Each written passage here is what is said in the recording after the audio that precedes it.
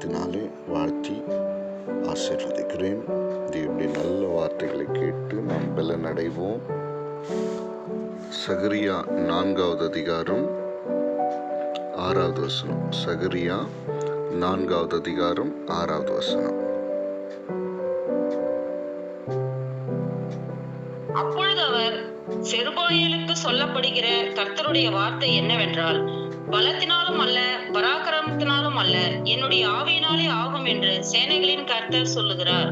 Praise the Lord. Amen. இங்க நம்ம பார்க்கிறோம், தேவனாகிய கர்த்தர் செருபாபேல் இடத்துல சகரியா தீர்க்கதரிசி மூலமா சொல்கிற காரியத்தை பார்க்கிறோம். என்ன சொல்றன்னா, பலத்தினாலும் அல்ல பராக்கிரமத்தினாலும் அல்ல, என்னுடைய ஆவியினாலே ஆகும். சரிங்களா? இன்னைக்கு நம்முடைய அறிவினால் செய்ய முடியாதது, நம்முடைய ஆற்றலினால் செய்ய முடியாதது தேவனால தான் முடியும். சரிங்களா? நம்முடைய பலம் நம்முடைய பராக்கிரமம் ஒன்றுமே இல்லை, தேவன் தான் எல்லாம். அப்படி என்று ஒரு தீர்மானத்துக்குள்ள தேவனுடைய பிள்ளைகள் வந்துடணும். சரிங்களா? அநேக பரிசுத்தவான்களை பார்க்கிறோம், அவங்களுடைய பலத்தினால அவங்க என்ன பண்ணல, எதையும் சாதிக்கல. ஒருவேளை அவங்களுக்கு அந்த பலம் இருந்துச்சு, அந்த ஞானமும் இருந்துச்சு, ஆனா அதை என்ன பண்ணல, அவங்க முதன்மைப்படுத்தல. அவங்க என்ன பண்ணாங்கன்னா, ஆண்டவரை முதன்மைப்படுத்தினாங்க. ஆண்டவரை முதன்மைப்படுத்தி ஆண்டவரை முன்பாக வைத்து ஆண்டவரை சார்ந்து கொண்டதினால ஜெயம் பெற்றார்கள். ஆமென். இன்னைக்கு கூட நம்ம என்ன பண்ணணும்னா, ஆண்டவரை முதன்மைப்படுத்தணும், ஆண்டவரை சார்ந்து கொள்ளணும். ஆண்டவர் இடத்துல தான் என்ன பண்ணணும், அவருடைய அவரை சார்ந்து கொண்டு அவரிடத்துல உதவியை பெற்று அவரை முன்னிறுத்தி அவரால் தான் அப்படின்னு சொல்லி நம்ம விசுவாசித்து நடக்கும் பொழுது அந்த காரியம் ஜெயமாய் முடியும். சரிங்களா? ஒரு முறை பாருங்க, ஆமா, நம்ம பாருங்க, எனக்கு இருக்க பலம் நான் பார்த்துக்குவேன், எனக்கு பராக்கிரமம் இருக்கு, எனக்கு அறிவு இருக்கு, எனக்கு ஆற்றல் இருக்குது, எனக்கு அழகு இருக்குது, எனக்கு திறமை இருக்குது. இல்லை இல்லை, அதெல்லாம் ஒன்றுத்துக்கும் உதவாது. தாவீது பாருங்க, ஒரு முறை சொல்றாரு, ஒரு முறை ஒரு சிங்கம் வந்துச்சு, ஒரு கரடி வந்துச்சு. கர்த்தர் என்ன பண்ணாரு, அதெல்லாம் என்ன பண்ணாரு, அடித்து நொறுக்கும்படி எனக்கு உதவி செய்தார். சரிங்களா? அதுல நம்ம பார்க்கிறோம், தாவீது தான் சிங்கத்தை அடிச்சு நொறுக்கினாரு, கரடியும் அவர் அடிச்சு சாகடிச்சார். ஆனா அவர் என்ன சொல்றாரு பாருங்க, 1 சாமுவேல் 17ஆம் அதிகாரம் 37வது வசனத்துல, என்னை சிங்கத்தின் கைக்கும் கரடியின் கைக்கும் தப்புவித்த கர்த்தர். பாத்தீங்களா? அவர் சொல்றாரு, என் பலத்தினால அந்த கரடியை ஜெயிச்சேன், என்னுடைய பராக்கிரமத்தினாலே அந்த சிங்கத்தை ஜெயிச்சுன்னு அவர் சொல்லல. அவர் என்ன சொல்றாரு, கர்த்தர் என்னை தப்புவித்தார். பாத்தீங்களா? தேவனால் தான் எல்லாம் ஆகும் இந்த உலகத்துல. சரிங்களா? இன்னைக்கு தேவனை சார்ந்து கொள்கிற வாழ்க்கை தான் நம்மை பலமுள்ள ஒரு வாழ்க்கையாய் அது மாறி விடுகிறது. அன்பு தேவ பிள்ளை, இந்த காலவெல்ல ஆண்டவர் சொல்றாரு, நம்மோடு கூட பேசுறாரு, என்னை நீ சார்ந்துக்கோ, நான் தான் உனக்கு எல்லாமே. என்னை இல்லாமல் உன்னால ஒன்னும் செய்யக்கூடாது, முடியாது.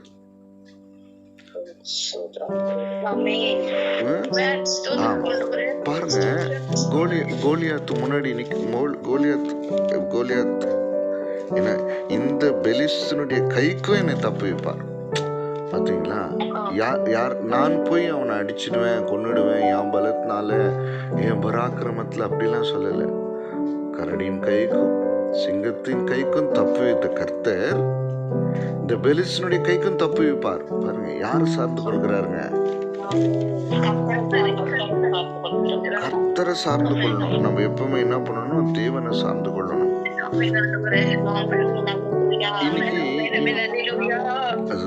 இப்போ இன்னைக்கு நம்ம நம்முடைய பலத்தை சார்ந்து கொள்றதுனால தான், இல்லை நம்ம அறிவை சார்ந்து கொள்றதுனால தான், அப்படி இல்லைன்னா நம்ம கூட இருக்கிறாங்களே அவங்களுடைய பலத்தை, அவங்களுடைய ஒத்தாசையை சார்ந்து கொள்றதுனால தான் அநேக நேரங்களில் பலவீனப்பட்டு விடுகிறோம், அவமானப்படுத்தப்படுகிறோம், சரிங்களா, கைவிடப்படுகிறோம்.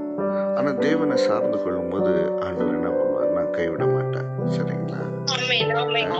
ஆண்டவரை சார்ந்து கொள்ளும் போது ஆண்டவர் என்ன பண்றதுல, நம்மள கைவிடுறதில்ல. ஆமா, அது அவரே நீ தான் ஆண்டவரே. அதனால்தான் செருபாபேல் கிட்ட தேவன் சொல்றாரு, உன்னால முடியாது, உன் பராக்கிரமத்தினால முடியாது. பாருங்க, தேவனுடைய பிள்ளைகள் பாவம் செய்ததினாலே 70 வருஷம் எருசலேம் பட்டணம் பாழாய் கிடக்கிறது. அங்க இருந்த தேவனுடைய ஆலயம் என்ன பண்ணுச்சு? முழுமையா இடிக்கப்பட்டுச்சு. ஆராதனை இல்லை. ஜனங்கள் எல்லாம் எதிரி நாட்டுல அடிமையா வாழ ஆரம்பிச்சிட்டாங்க. பாழாய் கிடக்கிறது. அப்போ தேவனாகிய கர்த்தர் செருபாபேல் கிட்ட சொல்றாரு, என்ன யோசிக்கிற? எப்படி இந்த ஆலயத்தை திரும்ப கட்ட போற? எப்படி இந்த ஆலயம் திரும்ப எடுப்பிக்கப்பட போகிறது? இந்த ஆலயம் கட்டும்பொழுது, இந்த ஆலயத்தை கட்டின சலமோன் 7 வருஷத்துல கட்டி முடிச்சார். கிட்டத்தட்ட 1,20,000 ஆடுகளை பலியிட்டு பெரிய ஒரு ஆரவாரத்தோடு ஆலயத்தினுடைய பிரதிஷ்டை நடந்தது. தேவனுடைய மகிமை இறங்கி ஆசாரில் உள்ளே சென்று ஊழியம் செய்ய முடியாதபடிக்கு தேவ மகிமையினால் நிரப்பப்பட்டதே. இப்போ எல்லாமே இந்த ஆலயத்தை விட்டு போயிடுச்சு. 70 வருஷம் பாழா கிடந்து இன்னும் கர்த்தர் இதை கட்ட சொல்கிறாரு. என்கிட்ட ஒண்ணுமே இல்லையே. எத்தனையோ 1000 கிலோ பொன்னினால் இந்த ஆலயம் கட்டப்பட்டது. 1000கணக்கான வெள்ளி, 1000கணக்கான வெண்கலம், கேதுரு மரங்கள், பயங்கர பிரம்மாண்டமா கட்டப்பட்டது. ஆனா இப்போ நான் என்ன பண்ணுவேன்?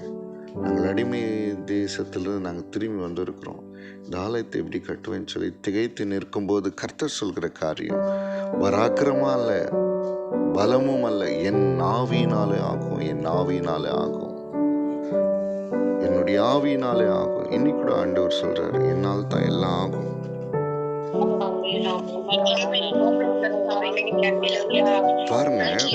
பாருங்க, தாவீது கோலியாத்துக்கு முன்னாடி நின்று சொல்லுகிற ஒரு காரியம் 1 சாமுவேல் 17ஆம் அதிகாரத்துல 45வது வசனம், 46வது வசனம்.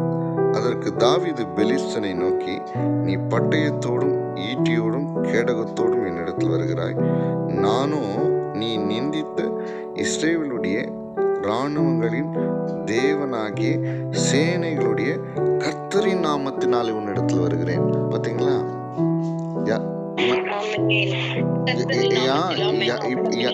யார முதன்மைப்படுத்துறாரு? யார சார்ந்து கொள்றாரு? யார அண்டி கொள்றாரு? தேவன். ஆமா, இன்னைக்கு நம்ம செய்யற மிகப்பெரிய ஒரு தவறு என்னன்னு சொல்லி பார்த்தா, நம்முடைய பலத்தை சார்ந்து கொள்கிறோம், நம்முடைய பராக்கிரமத்தை சார்ந்து கொள்கிறோம், நம்முடைய ஞானத்தை சார்ந்து கொள்கிறோம். இல்லை, தேவன் தான், தேவன் தான், தேவன் தான். அதை நம்ம என்ன பண்ணுவோம்? உறுதியோடு, உம்மால் தான் ஆண்டவரே, நீர் தான் ஆண்டவரே, சரிங்களா? ஏன்னா நம்முடைய பலம் வேறங்க, நம்முடைய பராக்கிரம் வேற, தேவனுடைய பலன்றது வேற. இல்லை, தேவனுடைய ஆவியின் பலன்றது வேற. ரொம்ப அதிசயமா இருக்கும், சரிங்களா? அவருடைய ஆலோசனை வேற, சரிங்களா? அவருடைய ஞானம் வேற, கர்த்தருடைய ஞானம், அவருடைய ஆலோசனை, அவருடைய அறிவு, அதெல்லாம் வேற. நம்முடைய ஞானமும் நம்முடைய பராக்கிரமும் நம்முடைய நம்முடைய பலமோ நம்மை பலவீனப்படுத்தி விடும், எதிரிகளிடத்துல நம்மை தோற்க செய்யும்.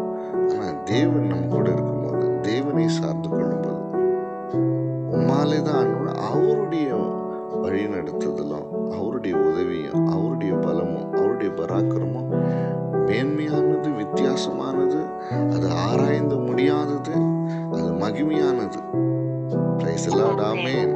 இன்னைக்கு இன்னைக்கு இன்னைக்கு இன்னைக்கு தேவனுடைய பிள்ளைகளுக்கு கிடைத்திருக்கிற ஒரு பெரிய ஆசீர்வாதம் தேவன் இல்ல. ஆமா, நம்முடைய ஆண்டவர் நமக்கு கிடைத்திருக்கிற மிகப்பெரிய ஆசீர்வாதம், மிகப்பெரிய மகிமை அது. பாருங்க, அது சொல்றாரு, நீ கோலியத்தை பார்த்து சொல்றாரு, பட்டயத்தோடு வருகிற, ஈட்டியோடு வர, கேடகத்தோடு எண்ணத்துல வருகிற, நான் யாருடைய நாமத்தினால இருக்கிறேன்? தேவனுடைய நாமத்துல நான் வருகிறேன். ஆமா, 46வது வசனம், இன்றைய தினம் கர்த்தர் உன்னை என்ன பண்ணுவார்னா என் கையில் ஒப்பு கொடுப்பார். பார்த்தீங்களா? இங்க கவனிக்கிறீங்களா? இன்றைய தினம் கர்த்தர் என்ன பண்ணுவாரு? கர்த்தர் தான், சரிங்களா? கர்த்தர் செய்வார். அப்போ நம்முடைய பலமும் ஒண்ணு இல்லை, நம்முடைய பராக்கிரமம் ஒண்ணு இல்லை, ஆண்டவர் தான். இன்னைக்கு அவரை துதித்து, அவரை ஆராதித்து, அவர் நம்மோடு கூட இருக்கிறத நம்ம என்ன பண்ணணும்? உணர்ந்து அவரை சார்ந்து கொண்டு, சரிங்களா, அவரிடத்துல எல்லா ஒத்தாசையும் பெற்று நம்ம என்ன பண்ணணும்? நம்முடைய வாழ்க்கையை நடத்தும் பொழுது நம்முடைய வாழ்க்கையில தோல்வி வராது, வெற்றி தான் வரும். நம்முடைய வாழ்க்கையில பலகீனம் வராது, பலம்தான் வரும். நம்முடைய வாழ்க்கையில வெட்கம் வராது, மேன்மை தான் வரும். நம்முடைய வாழ்க்கையில அலைச்சல் வராது, இளைப்பாறுதல் தான் வரும். என்னைக்கு நம்முடைய அறிவையோ, நம்முடைய பலத்தையோ, நம்முடைய பராக்கிரத்தை சார்ந்து ஆண்டவரை ஒரு பொருட்டா எண்ணாம, சரிங்களா, ஆண்டவரை ஏதோ ஒரு சாதாரணமா நீங்க நம்ம நினைச்சு வாழும்போது நம்முடைய வாழ்க்கையில தோல்வியும், அவமானமும், பலகீனமும், போராட்டமும், கண்ணீரும் நிச்சயமா இருக்கும். நான் கர்த்தரை சார்ந்து கொண்டு, ஆண்டவரே ஏன் பலம் ஒன்றும் இல்லை, ஏன் பராக்கிரம் ஒன்றும் இல்லை, உம்முடைய ஆவியினால் தான் ஆகும் ஆண்டவரே அப்படின்னு சொல்லும் பொழுது நமக்கு எல்லா நன்மையும் என்ன பண்ணும்? நமக்கு கூட கூட்டி கொடுக்கப்பட்டு நாம் ஆசீர்வதிக்கப்படுவோம். Praise the Lord. அல்லேலூயா. இங்க தாவீது எவ்வளவு அருமையான ஒரு ஒரு அந்த கன்ஃபர்மேஷன், ஒரு உறுதியான ஒரு காரியத்தை இங்க சொல்கிறத பார்க்கிறோம். கரடியின் கைக்கும் சிங்கத்தின் கைக்கும் கர்த்தர் என்னை தப்புவித்தார், இந்த பெலிசனுடைய கைக்கும் என்னை தப்புவிப்பார். பாருங்க, தேவனுடைய பலத்தை சார்ந்து கொள்கிறார், தேவ ஆவியை சார்ந்து கொள்கிறார், தேவ ஞானத்தை சார்ந்து கொள்கிறார், தேவனுடைய உதவியை சார்ந்து கொள்கிறார், தேவனுடைய ஒத்தாசையை சார்ந்து கொள்கிறார், தேவனுடைய வழி நடத்துதலை சார்ந்து கொள்கிறார். சரிங்களா? அதே மாதிரி பார்க்கும்போது நீ பலமான பட்டையும், ஈட்டி, கேழ எல்லாத்தோட என்னோட வர, ஆனா நான் யார் நாமத்துல திரும்ப வரேன்? நீ நிந்தித்த கர்த்தருடைய நாமத்துல நான் வரேன். இன்றைய தினம் கர்த்தர் உன்னை என் கையில் ஒப்பு கொடுப்பார். யார முன்னிறுத்துறாரு? கர்த்தரை, தேவனை முன்னிறுத்துறாரு. அதனால இன்னைக்கு தேவனுடைய பிள்ளைகளுக்கு நான் ஒன்று சொல்றேன், ஆண்டவரை தேடி அண்டி கொண்டு ஆராதித்து துதித்து அவருடைய பாதத்துல விழுந்துருங்க. அந்த ஆவியானவர் நம்மை அழகாய் நடத்துவார்.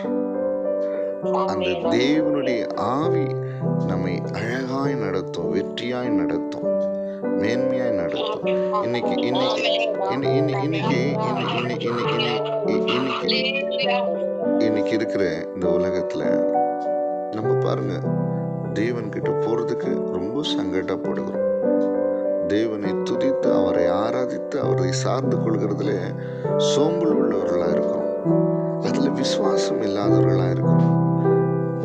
இல்லை, அதனால்தான் தேவனுடைய ஆராதனை, அதனால்தான் தேவனுடைய வார்த்தை நமக்கு ஆண்டவர் கொடுக்கிறார், அவருடைய பிரசன்னத்தை கொடுக்கிறார், அவருடைய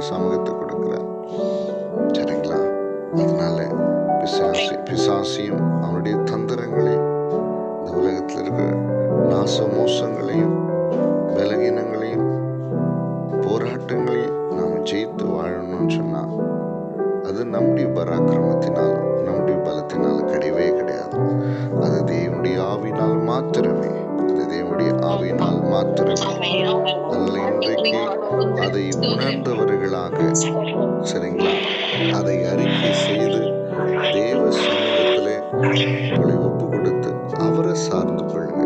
எப்பொழுதுமே அவருடைய பாதத்தில் விழுந்து, சரிங்களா, அவருடைய பலத்தினாலே அவருடைய ஞானத்தினாலே நாம் நடத்தப்படும் பொழுது வெற்றியாளர்களாக நம்முடைய வாழ்க்கையிலே நாம் ஜெயத்தை பெற்று ஆசீர்வதிக்கப்படுவோம்.